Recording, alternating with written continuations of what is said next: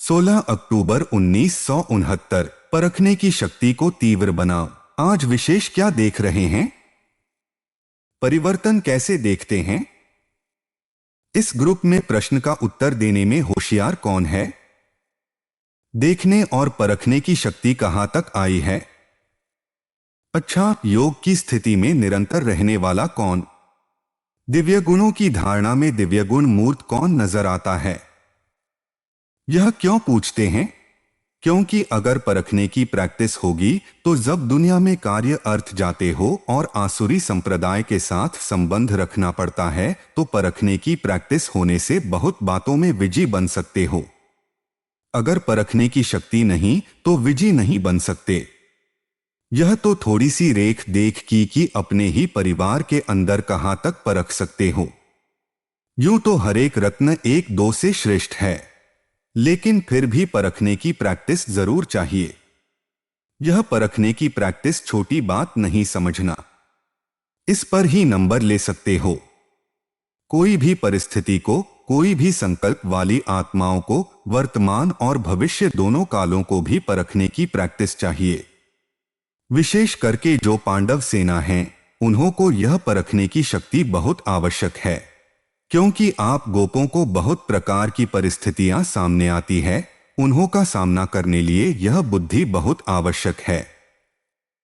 परखने की पावर कैसे आएगी, उसके लिए मुख्य साधन कौन सा है? परखने की शक्ति को तीव्र बनाने लिए मुख्य कौन सा साधन है? परखने का तरीका कौन सा होना चाहिए? तुम्हारे सामने कोई भी आए उनको परख सकते हो। हरेक ने अपना अपना विचार बताया, सभी का रहस्य तो एक ही है। अव्यक्त स्थिति व याद व आत्मिक स्थिति बात तो वही है, लेकिन आत्मिक स्थिति के साथ साथ यथार्थ रूप से वही परख सकता है जिनकी बुद्धि में ज्यादा व्यर्थ संकल्प नहीं चलते होंगे। उनकी बुद्धि एक के ही याद में, एक के ही कार्य में और एकरस स्थिति में होगी। वह दूसरे को जल्दी परख सकेंगे। जिनकी बुद्धि में ज्यादा संकल्प उत्पन्न होंगे तो उनकी बुद्धि में दूसरों को परखने के समय भी अपने व्यर्थ संकल्प की मिक्सचरिटी होगी, इसलिए जो जैसा है वैसा परख नहीं सकेंगे। तो मूल रहस्य निकला बुद्धि की सफाई। जितना बुद्धि की सफाई होगी उतना ही योग युक्त अवस्था में रह सकेंगे। यह व्यर्थ संकल्प और विकल्प जो चलते हैं वह अव्यक्त स्थिति होने में विघ्न हैं। बार बार इस शरीर के आकर्षण में आ जाते हैं। उसका मूल कारण है कि बुद्धि की सफाई नहीं है। बुद्धि की सफाई अर्थात बुद्धि को जो महामंत्र मिला हुआ है उसमें बुद्धि मगन रहे। एक की याद को छोड़ अनेक तरफ बुद्धि जाने के कारण शक्तिशाली नहीं रहते।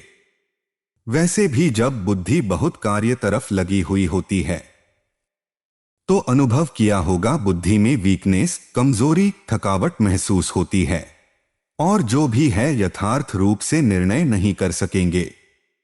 इसी रीति व्यर्थ संकल्प, विकल्प जो चलते हैं यह भी बुद्धि को थकावट में लाते हैं। थकी हुई कोई भी आत्मा न परख सकेगी न निर्णय कर सकेगी। कितना भी होशियार होगा तो थकावट में उनके परखने, निर्णय करने में फर्क पड़ जाता है। सारा दिन इन संकल्पों से बुद्धि थकी हुई होने कारण निर्णय करने की शक्ति में कमी आ जाती है, इसलिए विजयी नहीं बन सकते। हार खाने का मुख्य कारण यह है, बुद्धि की सफाई नहीं है। जैसे उन्हों की हाथ की सफाई होती है ना, आप फिर बुद्धि की सफाई से क्या कर सकते हो? वह हाथ की सफाई से झट से बदल देते हैं, देरी नहीं लगती। इसलिए कहते हैं जादूगर। आप में भी बदलने का जादू आ जाएगा। अभी बदलने सीखे हो लेकिन जादू के समान नहीं बदल सकते हो, अर्थात जल्दी नहीं बदल सकते हो, समय लगता है। जादू चलाने के लिए जितना समय जिसको मंत्र याद रहता है उतना उसका जादू सफल होता है। आपको भी अगर महामंत्र याद होगा तो जादू के समान कार्य होगा। अब इसी में देरी है। तो अब इस भट्ठी से क्या बनकर निकलेंगे जादूगर? अगर इतने जादूगर भारत के कोने कोने में छा जाएंगे तो क्या हो जाएगा? एक मास के अंदर कुछ और नजारा देखने में आएगा। अब तो तैयारी करनी पड़ेगी ना। अगर इतने जादूगर बदलने का कार्य शुरू कर देंगे तो फिर क्या करना पड़ेगा? ऐसी कुछ नवीनता आप भी देखना चाहते हो और बाप दादा भी चाहते हैं। ऐसा आवाज फैल जाए कि यह कौन कहां से प्रकट हुए हैं। ऐसे महसूस हो कि एक एक स्थान पर कोई अलौकिक आत्मा अवतरित होकर आई है। एक अवतार इतना कुछ कर सकता है तो यह कितने अवतार हैं? यहां से जब जाओ तो ऐसे ही समझकर जाना कि हम इस शरीर में अवतरित हुए हैं ईश्वरीय सेवा के लिए। अगर यह स्मृति रखकर जाएंगे तो आपके हर चलन में अलौकिकता देखने में आएगी। जो भी आपके दैवी परिवार वाले व लौकिक परिवार वाले हैं वह महसूस करें कि यह कुछ अनोखे ही बनकर आए हैं, बदलकर आए हैं। जब आपकी बदलने की महसूसता आएगी तब आप दुनिया को बदल सकेंगे। अगर आप सभी के बदलने की भासना नहीं तो दुनिया को नहीं बदल सकेंगे। खुद बदलकर दुनिया को बदलना है। ऐसे ही समझकर चलना कि निमित्त मात्र इस शरीर का लोन लेकर ईश्वरीय कार्य के लिए थोड़े दिन के लिए अवतरित हुए हैं। कार्य समाप्त करके फिर चले जाएंगे। यह स्मृति लक्ष्य रख करके ऐसी स्थिति बनाकर फिर चलना। यह बगीचा है। बाप दादा चैतन्य बगीचे में आते हैं तो कुछ वाणी से खुशबू लेते हैं, कुछ नैनों से, कुछ मस्तक के मणि से। हरेक के मस्तक के मणि की चमक बाप दादा देखते हैं। ऐसे ही अगर आप सभी भी मस्तक के मणि को ही देखते रहो तो फिर यह दृष्टि और वृत्ति शुद्ध सतो प्रधान बन जाएगी। दृष्टि जो चंचल होती है उसका मूल कारण यह है। मस्तक के मणि को न देख शारीरिक रूप को देखते हो। रूप को न देखो लेकिन मस्तक के मणि को देखो। जब रूप को देखते हो तो ऐसे ही समझो कि सांप को देख रहे हैं। सांप के मस्तक में मणि होती है ना, तो मणि को देखना है न कि सांप को। अगर शरीर भान में देखते हो तो मानो सांप को देखते हो। सांप को देखा और सांप ने काटा। सांप तो अपना कार्य करेगा। सांप में विष भी होता है। कोई कोई विशेष सांप होते हैं जिनमें मणि होती हैं। आप गोपों को सांप को कैसे मारना है? क्या करेंगे? आप सांप को देखते हुए भी सांप को न देखो, मणि को ही देखो। मणि को देखने से सांप का जो विष है वह हल्का हो जाएगा। अगर शरीर रूपी सांप को देखा तो फिर उनको बन जाएंगे, उन समान बन जाएंगे। लेकिन मणि को देखेंगे तो बाप दादा के माला के मणि बन जाएंगे। या तो बनना है सांप के समान या तो बनना है माला की मणि। अगर मणि बनना है तो देखो भी मणि को। फिर जो यह कंप्लेन है वह बदलकर कंप्लीट हो जाएंगी। सिर्फ बुद्धि की परख से कहां कंप्लेन कहां कंप्लीट, रात दिन का फर्क है। लेकिन सिंधी भाषा में लिखेंगे तो सिर्फ 2 बिंदियों का फर्क है। यहां भी ऐसे हैं। 2 बिंदी, एक स्वयं की, एक बाप दादा की। यह 2 बिंदी ही याद रहें तो कंप्लेन की बजाय कंप्लीट हो जाएं। इसलिए आज से यह प्रतिज्ञा अपने आप से करो। बाप दादा के सामने तो बहुत प्रतिज्ञाएं की हैं, लेकिन आज अपने आप से प्रतिज्ञा करो कि अब से लेकर सिवाय मणि के और कुछ नहीं देखेंगे और खुद ही माला के मणि बन करके सारे सृष्टि के बीच चमकेंगे। जब खुद मणि बनेंगे तब चमकेंगे। अगर मणि नहीं बनेंगे तो चमक नहीं सकेंगे। जब प्रतिज्ञा करेंगे तब ही प्रत्यक्षता होगी। अपने आप से पूर्ण रूप से प्रतिज्ञा नहीं कर पाते हो, इसलिए प्रत्यक्षता भी पूर्ण रूप से नहीं हो पाती है। प्रत्यक्षता कम निकलने का कारण अपने आप से प्रतिज्ञा की कमी है। अभी अभी बोलते हो फिर अभी अभी भूलते हो। लेकिन अब प्रतिज्ञा के साथ साथ यह भी निश्चय करो कि प्रत्यक्षता भी लाएंगे। पांडव सेना है ज्ञानी तू आत्मा और शक्ति सेना है स्नेही तू आत्मा। जो स्नेही हैं वह योगी हैं। अभी तो एक एक पांडव के मस्तक में उमंगोत्साह झलक रहा है। यह उमंग और उत्साह एक रस सदा रहे। मेहनत जो ली है उसका फल दिखाना है। अगर मेहनत ली हुई यहां चुकतू नहीं करेंगे तो फिर सतयुग में वह मेहनत का फल देना पड़ेगा। इसलिए जो मेहनत ली है उसे भरकर देना। हर एक सेवा केंद्र से यह समाचार आना चाहिए, यह कुमार तो अवतरित होकर के इस पृथ्वी पर पधारे हैं। ऐसा समाचार जब आए तब समझो कि फल निकल रहा है। अभी ऐसी स्थिति की आवश्यकता है। जैसे बाप दादा लोन लेकर आते हैं ना, अभी तो दोनों ही लोन लेते हैं। थोड़े समय के लिए आते हैं, किस लिए? मिलने के लिए। वैसे ही आप सभी भी समझो कि हम लोन लेकर सर्विस के निमित्त आए हैं, थोड़े समय के लिए। जब ऐसी स्थिति होगी तब बाप का प्रभाव दुनिया के सामने आएगा। दोनों ही हिसाब ठीक किया है या लेने का किया है, देने का नहीं। 6 मास तक एक रस रहेंगे, ना कि 15 दिन के बाद लिखेंगे। चाहते तो हैं लेकिन क्या करें, यह हो गया। ऐसी कोई भी कंप्लेन नहीं आए, फिर तो दीदी का काम हल्का हो जाएगा। आप खुद भारी होंगे तो सारा कार्य भारी हो जाएगा। बाप दादा की आशा कहें व शुद्ध संकल्प कहें, यही रहता है और रहेगा ही कि एक एक नंबर 1 हो। लेकिन सारे कल्प के अंदर जो अब की स्थिति बनाएंगे वह तो अब के हिसाब से नंबर 1 है ना, जो वास्तविक संपूर्ण स्टेज है। इसके लिए कह रहे हैं सभी यही लक्ष्य रखें कि हम नंबर 1 जाएंगे। यह नहीं सोचना कि सभी कैसे नंबर 1 जोएंगे।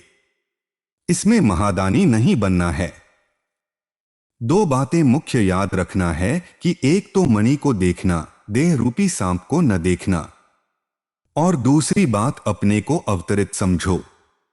इस शरीर में अवतरित होकर कार्य करना है। और एक स्लोगन सदा याद रखना कि जो बाप दादा कहेंगे, जो कराएंगे, जैसे चलाएंगे वैसे ही करेंगे, चलेंगे, बोलेंगे, देखेंगे।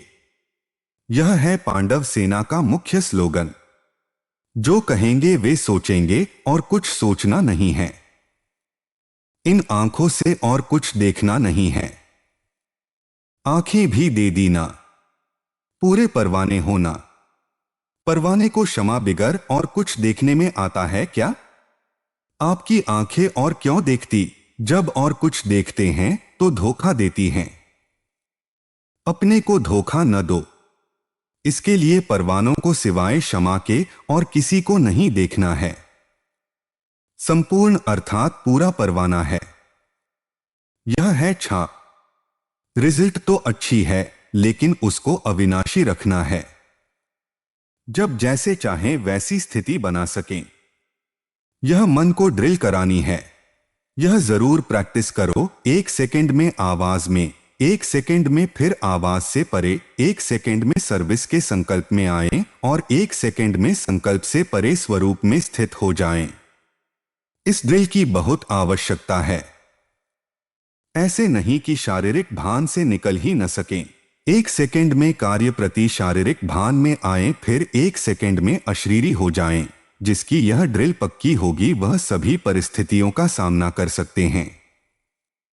जैसे शारीरिक ड्रिल सुबह को कराई जाती है, वैसे यह अव्यक्त ड्रिल भी अमृत वेले विशेष रूप से करनी है। करना तो सारा दिन है लेकिन विशेष प्रैक्टिस करने का समय अमृत बेले है। जब देखो बुद्धि बहुत बिजी है तो उसी समय यह प्रैक्टिस करो। परिस्थिति में होते हुए भी हम अपनी बुद्धि को न्यारा कर सकते हैं। लेकिन न्यारे तब हो सकेंगे जब जो भी कार्य करते हो वह न्यारी अवस्था में होकर करेंगे।